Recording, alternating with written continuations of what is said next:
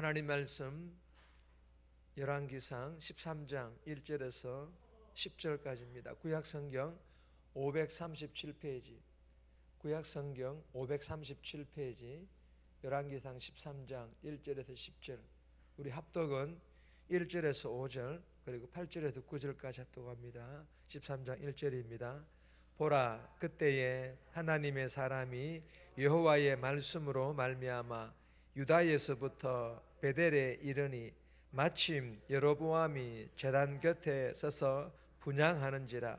하나님의 사람이 제단을 향하여 여호와의 말씀으로 외쳐 이르되, 제단아 제단아, 여호와께서 이와 같이 말씀하시기를 다윗의 집에 요시야라 이름하는 아들을 낳으리니 그가 내 위에 분향하는 산당 제사장을 내 위에서 제물로 바칠 것이요 또 사람의 뼈를 내 위에서 사르리라 하셨느니라 하고, 그날에 그가 징조를 들어 이르되 이는 여호와께서 말씀하신 징조라.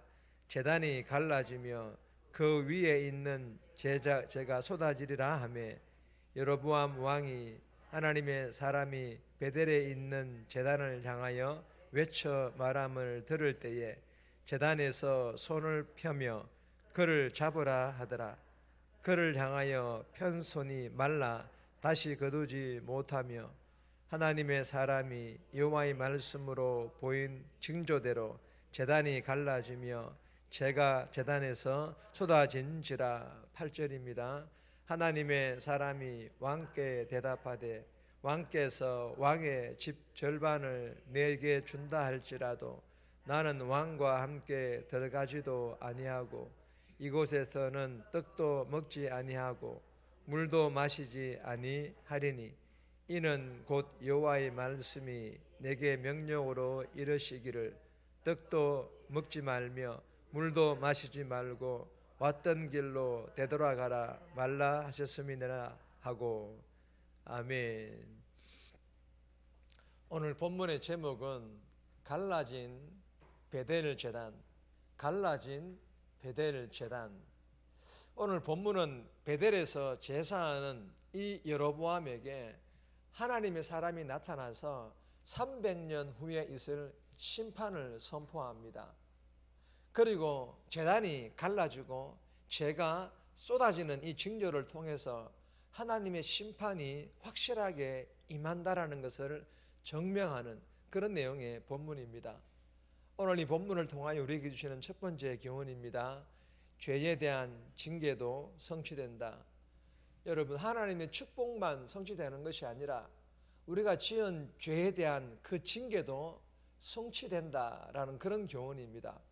1절에서 2절까지 말씀인데 2절 말씀 보시면 하나님의 사람이 제단을 향하여 여호와의 말씀으로 외쳐 이르되, 제단아 제단아, 여호와께서 이와 같이 말씀하시기를 다윗의 집에 요시야라 이름하는 아들을 낳으리니 그가 내 위에 분향하는 산당 제사장을 내 위에서 제물로 바칠 것이요 또 사람의 뼈를 내 위에서 사르리라 하셨느니라 하고. 여러분, 앞선 8장 22절에 보면 예루살렘 성전을 봉헌하는, 하나님께 올려드리는 솔로몬의 기도를 받으셨던 하나님께서 오늘 본문에서 이제는 베델 산당을 봉헌하려는 여로보암의 기도를 받으시는 것이 아니라 반대로 선지자를 보내어서 심판을 선언하십니다. 여러분, 솔로몬의 기도는, 솔로몬의 그 예루살렘 성전을 봉헌하는 솔로몬의 기도는 들으셨는데 왜 이 여로보암의 기도는 받으시지 않는 것일까요? 베델 산당을 하나님께 봉헌하려 했기 때문입니다. 그래서 하나님께서는 선지자를 보내어서 베델 산당을 봉헌하는 여로보암에게 또 왜 하나님의 심판을 선언하십니까? 성전이 있을 때에는 산당에서 제사하지 말라라는 것과 우상 숭배하지 말라라는 하나님의 말씀에 순종하지 않았기 때문입니다. 그리고 유다로부터 온 선지자는 제단아 제단아라고 부르는데 이 제단은요, 베델 제단에 의인화하여 부르는 것으로 남유다의 요시야라는 왕이 등장하여서 이 베델 제단을 심판할 것이라고 예고하고 있는 그런 말씀입니다. 그리고 열왕기하 23장 15절 16절에 기록된 내용입니다. 무슨 내용입니까? 약 300년 후에 유다왕 요시야는 종교 개혁을 단행하는 중에 이미 멸망한 북이스라엘까지 찾아가서 이 베델 제단을 회파하는, 이 베델 제단을 완전히 부숴 버리는 그런 열심으로 오늘 본문의 심판을 예언하는 그 성취의 말씀이 기록되어 있습니다. 사랑하는 여러분, 주시는 교훈이 무엇입니까?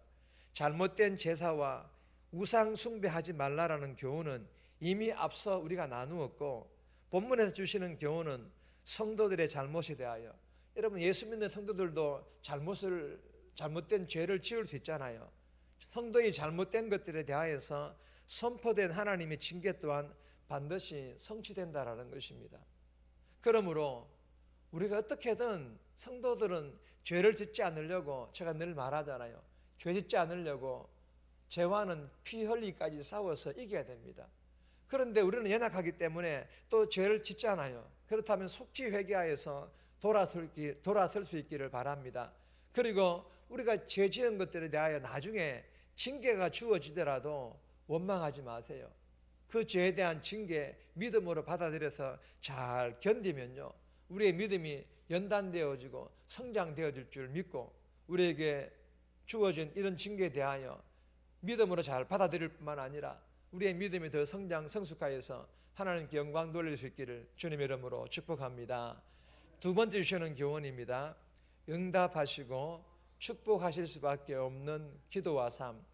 하나님께서 응답하실 수밖에 없는 그런 기도, 하나님께서 축복하실 수밖에 없는 그런 삶을 살라라는 그런 교훈이죠.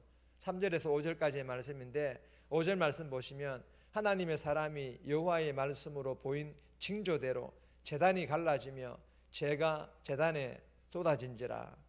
여러분, 이 여로보암은 정치적 목적을 이루기 위해서 하나님을 금송아지에 가두고 하나님의 집을 산당으로 축소했지만, 하나님께서는 여로보암 눈앞에서 이 제단을 갈라버리심으로 결코 인간의 도구나 수단, 즉 여로보암의 정치적 목적으로 하나님이나 제단이 사용되어지지 않는다라는 것을 보여주고 계십니다.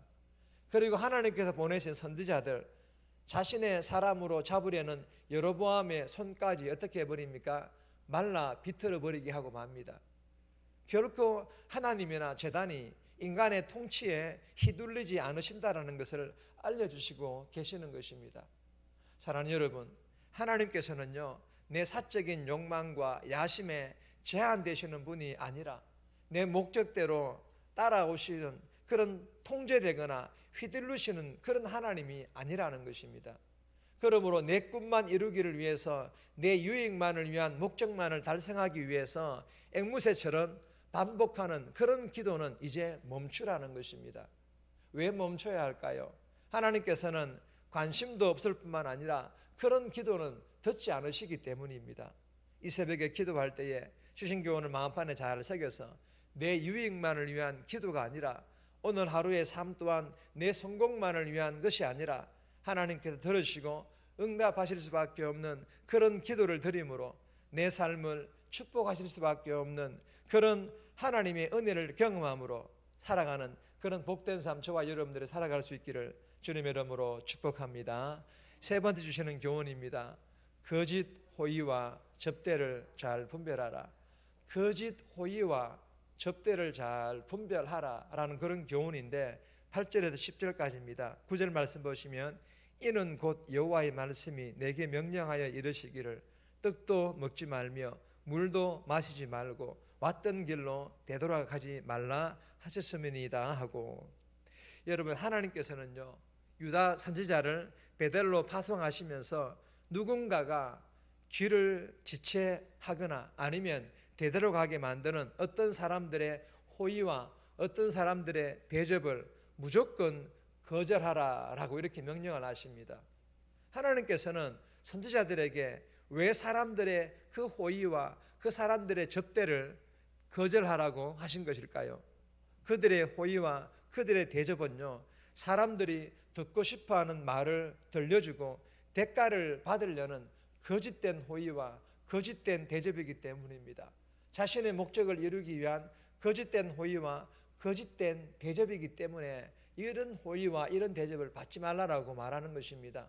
하나님께서는 베델의 파괴를 선언하시는 사명의 특성상 여로보암을 비롯한 베델의 종교 지도자들이 저주를 축복으로 돌리기 위해서 선지자들을 유혹할 우려가 있기 때문에 선지자의 임무를 완수하는데 걸림돌이 될 만한 것들에 대하여 처음부터 차단하기 위하여서 목적을 가진 호의와 대접을 거절하라라고 말씀을 하신 것입니다.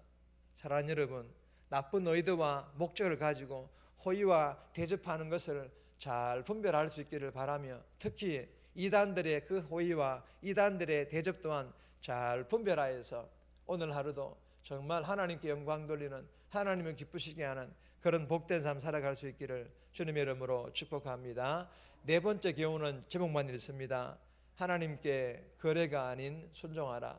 여러분, 우리가 하나님 말씀을 순종할 때에 이것 순종하면 하나님께서 이거 축복해 주세요, 이런 거래의 순종은 하지 말라라는 것입니다. 순종은요, 믿음으로 하는 것인 줄 믿으시기를 바랍니다. 7절 말씀인데 개인적으로 꼭 묵상하시기를 바랍니다. 정리합니다.